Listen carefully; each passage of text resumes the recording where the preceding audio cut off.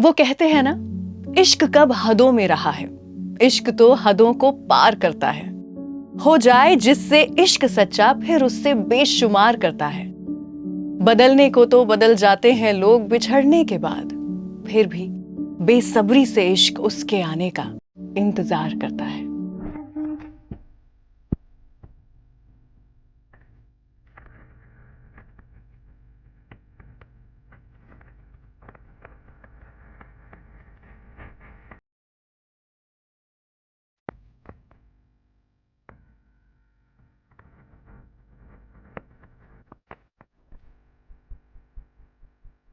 हाय, मैं हूँ रंगीली रुचि और आज हम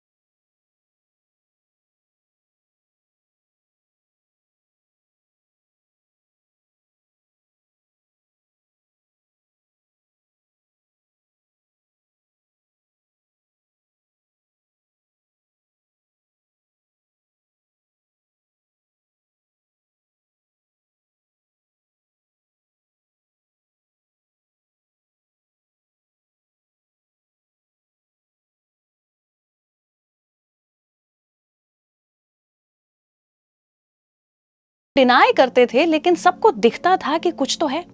और दूसरी तरफ खबरें ये भी आ रही थी कि अमिताभ और रेखा ने शायद सीक्रेटली शादी भी कर ली है। इस बात को और बढ़ावा मिला जब रेखा अपने क्लोज फ्रेंड नीतू और ऋषि कपूर की शादी में सिंदूर लगा के मंगलसूत्र पहन के आ पहुंची। सबको लगने लगा कि कहीं वो सच में शादीशुदा तो नहीं है। लेकिन बाद में रेखा जी ने कहा था कि वो एक शूट से सीधा आ रही थी, इसीलिए उसी गेटअप में आ गई थी। बट नॉट ओनली दिस, शादी में रेखा जी अमिताभ के पास जाकर के उनसे फॉर्मली बात करने लगी सबके सामने। ये देख करके जया जी को अच्छा नहीं लगा था and apparently she also tried to hide her tears. Before this Jaya ji को लगता था कि ये रूमर्स हैं, लेकिन इस इंसिडेंट के बाद से उन्हें भी इन बातों में थोड़ी सी सच्चाई नजर आने लगी। In spite of Rekha and Jaya's broken friendship, Jaya ji ने एक बार रेखा जी को कॉल किया था और रेखा जी को लगा था कि हो सकता है कि वो उनकी बुराई करेंगी, उन्हें डांटेंगी, लेकिन बड़ी नॉर्मली उन्होंने बात की थी और डिनर पे इनवाइट किया था। एकदम सही मौका देख करके जब अमिताभ जी घर पर नहीं थे तब उन्होंने रेखा जी को बुलाया था। रेखा जी बढ़िया तैयार होकर के आई, लेकिन जया जी बहुत ही नॉर्मल घर के कपड़ों में बैठी थी। प्यार से उन्होंने रेखा जी का वेलकम जरूर किया, खाना खिलवाया, खूब सारी बातें की, इधर उधर की, पुराने जमाने की, घर का एक एक हिस्सा दिखाया। लेकिन जया जी सही समय का इंतजार कर रही थी कि वो अपने मन की बात रेखा जी को बता पाए। यूं ही बातों बातों में उन्होंने रेखा जी को ये बोल दिया that she is not going to leave Amitabh ji in any which way. Rekha ji of course नहीं चाहती थी कि दूसरी औरत का टैग उनके साथ में लग जाए, और इसीलिए उन्होंने ये डिसाइड किया कि वो हमेशा के लिए सिंगल ही रहेंगी। इन सभी के बीच Amitabh Bachchan ji was quite all the time. उन्होंने कभी एक्सेप्ट नहीं किया इस रिलेशनशिप को। जब रेखा जी को इसके बारे में पूछा गया तब उन्हें डिफेंड करते हुए, अमिताभ जी को डिफेंड करते हुए उन्होंने कहा कि वो क्यों एक्सेप्ट करेंगे, he is a family man and उन्हें उनकी इमेज बचानी है। रेखा बोल्डली एडमिट करती रही अपना प्यार अमिताभ जी के लिए। उनकी लास्ट मूवी साथ में थी सिलसिला इन द ईयर 1981, जिसमें कास्ट थे अमिताभ बच्चन, रेखा जी और जया जी। यश चोपड़ा जी ने ये मूवी ऑफर की थी इन तीनों को as Amitabh's career was dropping down a little। Amitabh ji ने रिजेक्ट नहीं किया और कहा कि आस्क द लेडीज। इससे पहले जया जी was not ready to accept the film। फिर उन्होंने हाँ कर दिया। इसका रीजन था इस मूवी की story line. Amitabh's character was married to Jaya ji and he was having an affair out of marriage just like the reality। Movie के एंड में Amitabh Bachchan comes back to his wife, और इसीलिए जया जी ने इस मूवी के लिए हाँ किया था, क्योंकि उन्हें दुनिया को दिखाना था कि बीवी वो हैं और आखिर में जीत उन्हीं की होगी। After this movie Amitabh and Rekha never worked together. Rekha wanted to get married and never wanted the other woman tag.